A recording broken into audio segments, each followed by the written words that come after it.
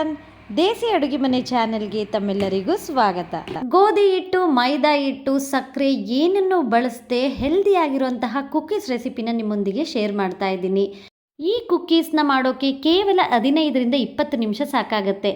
ಇಷ್ಟು ಹೆಲ್ದಿ ಆಗಿರುವಂತಹ ಕುಕ್ಕೀಸ್ನ ನಾನು ಹೇಗೆ ಮಾಡಿದೆ, ಯಾವ ಹಿಟ್ಟನ್ನು ಬಳಸಿದ್ದೀನಿ ಅಂತ ವಿಡಿಯೋನ ಕಂಪ್ಲೀಟ್ ಆಗಿ ನೋಡಿ ಗೊತ್ತಾಗುತ್ತೆ.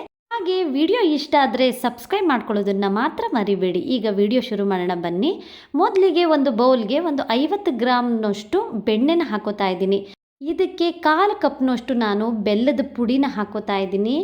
ಹಾಕ್ಕೊಂಡು ವಿಸ್ಕರಿಂದ ಕ್ಲೀನಾಗಿ ಬೀಟ್ ಮಾಡ್ಕೋಬೇಕಾಗತ್ತೆ. ಹ್ಯಾಂಡ್ ಮಿಕ್ಸರ್ ಇದ್ದರೆ ಅದರಲ್ಲೂ ಕೂಡ ಬೀಟ್ ಮಾಡ್ಕೋಬೋದು. ಬೀಟ್ ಮಾಡ್ತಾ ಮಾಡ್ತಾ ನೋಡಿ ಈ ರೀತಿ ಕ್ರೀಮ್ ಕನ್ಸಿಸ್ಟೆನ್ಸಿಗೆ ಬರುತ್ತೆ. ಅಲ್ಲಿವರೆಗೆ ಚೆನ್ನಾಗಿ ಬೀಟ್ ಮಾಡ್ಕೋಬೇಕು. ಸ್ವಲ್ಪ ಟೈಮ್ ಹಿಡಿಯುತ್ತೆ. ಸಕ್ಕರೆ ಅಷ್ಟು ಬೇಗ ಬೆಲ್ಲದ ಪುಡಿ ಕರಗಲ್ಲ, ಹಾಗಾಗಿ ಸ್ವಲ್ಪ ಟೈಮ್ ಹಿಡಿಯುತ್ತೆ.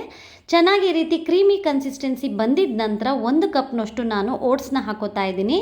ಹಾಗೆ 3/4 ಕಪ್ನಷ್ಟು ಕಡಲೆ ಹಿಟ್ಟನ್ನು ಹಾಕ್ಕೊಂಡಿದ್ದೀನಿ. 1 table spoon baking powder, 1/4 table ಸ್ಪೂನ್ನಷ್ಟು ಉಪ್ಪನ್ನು ಹಾಕ್ಕೊಂಡು ಕ್ಲೀನಾಗಿ ಮಿಕ್ಸ್ ಮಾಡ್ಕೋತಾ ಇದ್ದೀನಿ. ಬೆಣ್ಣೆ ಜೊತೆ ಓಟ್ಸು, ಬೇಕಿಂಗ್ ಪೌಡರು, ಕಡಲೆ ಹಿಟ್ಟು ಎಲ್ಲದೂ ಕೂಡ ಕ್ಲೀನಾಗಿ ಮಿಕ್ಸ್ ಆಗಬೇಕು. ಓಟ್ಸಲ್ಲಿ ತುಂಬ ಫೈಬರ್ ಕಂಟೆಂಟ್ ಇರುತ್ತೆ, ಹಾಗೆ ಕಬ್ಬಿಣ ಅಂಶನೂ ಕೂಡ ತುಂಬಾ ಇರುತ್ತೆ. ಮಕ್ಕಳಿಗೆ ಬರೀ ಓಟ್ಸ್ನ ಹಾಲಿನ ಜೊತೆ ಹಾಕಿ ಕೊಟ್ಟರೆ ತಿಂತಾರ? ಖಂಡಿತವಾಗ್ಲೂ ತಿನ್ನಲ್ಲ, ಚೆನ್ನಾಗಿಲ್ಲ ಅಂತಾರೆ. ಬಟ್ ಈ ರೀತಿ ಕುಕ್ಕೀಸ್ ಮಾಡಿಕೊಡಿ, ತುಂಬ ಅಂದರೆ ತುಂಬ ಇಷ್ಟಪಟ್ಟು ತಿಂತಾರೆ. ಓಟ್ಸಿಂದ ಮಾಡಿದ್ದೀವಿ ಅಂತ ಗೊತ್ತೇ ಆಗಲ್ಲ, ಅಷ್ಟು ಚೆನ್ನಾಗಿರುತ್ತೆ.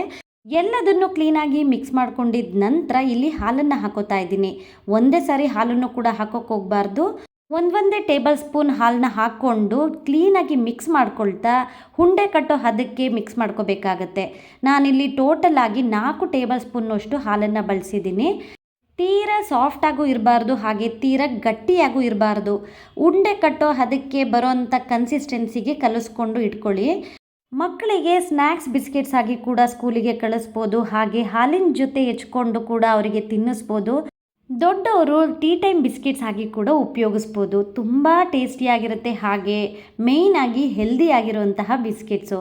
ಇದರ ರುಚಿ ಇನ್ನೂ ಜಾಸ್ತಿ ಮಾಡೋಕ್ಕೋಸ್ಕರ 1-2 ಟೇಬಲ್ ಸ್ಪೂನ್ ಚಾಕೋ ಚಿಪ್ಸ್, ಹಾಗೆ 2 ಟೇಬಲ್ ಸ್ಪೂನ್ನಷ್ಟು ದ್ರಾಕ್ಷಿನ ಬಳಸಿದ್ದೀನಿ. ಒಣ ದ್ರಾಕ್ಷಿನ ಹಾಕ್ಕೊಂಡು ಕ್ಲೀನಾಗಿ ಮಿಕ್ಸ್ ಮಾಡ್ಕೊಳ್ಳಿ. ನಿಮಗೆ ಇಷ್ಟ ಆದರೆ ಇನ್ನೂ ಕೆಲವೊಂದು ಡ್ರೈ ಫ್ರೂಟ್ಸ್ನು ಕೂಡ ಹಾಕೋಬೋದು. ಎಲ್ಲದನ್ನು ಕ್ಲೀನಾಗಿ ಮಿಕ್ಸ್ ಮಾಡಿಕೊಂಡು ಈಗ ಬೇಕಿಂಗ್ ಟ್ರೇಗೆ ನಾನು ಬೇಕಿಂಗ್ ಪೇಪರ್ನ ಹಾಕಿ ರೆಡಿ ಮಾಡಿ ಇಟ್ಕೊಂಡಿದ್ದೀನಿ.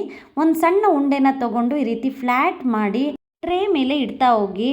ಇದನ್ನು ರೆಡಿ ಮಾಡೋ ಟೈಮ್ನಲ್ಲೇ ಅವನ್ನ 10 ಮಿನಿಟ್ಸ್ ಪ್ರೀ ಹೀಟ್ ಮಾಡಿ ರೆಡಿ ಮಾಡಿ ಇಟ್ಕೊಳ್ಳಿ.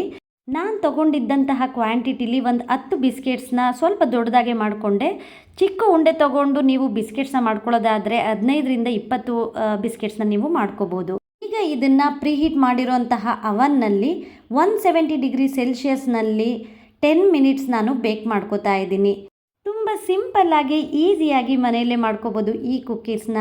10 ನಿಮಿಷ ಬೇಕ್ ಮಾಡ್ಕೊಂಡಿದ್ದ ನಂತರ ನೋಡಿ ಎಷ್ಟು ಚೆನ್ನಾಗಾಗಿದೆ ಅಂತ. ಈ ಹೆಲ್ದಿ ಆಗಿರುವಂತಹ ಕುಕ್ಕೀಸ್ ನಿಮ್ಮೆಲ್ಲರಿಗೂ ಇಷ್ಟ ಆಗಿದೆ ಅನ್ಕೋತೀನಿ. ಇಷ್ಟ ಆದರೆ ನನ್ನ ಚಾನಲ್ನ ಖಂಡಿತ ಸಬ್ಸ್ಕ್ರೈಬ್ ಮಾಡ್ಕೊಳ್ಳಿ, ಹಾಗೆ ಶೇರ್ ಕೂಡ ಮಾಡ್ಕೊಳ್ಳಿ. ಮುಂದಿನ ರೆಸಿಪಿಯಲ್ಲಿ ಭೇಟಿಯಾಗ್ತೀನಿ. ಅಲ್ಲಿ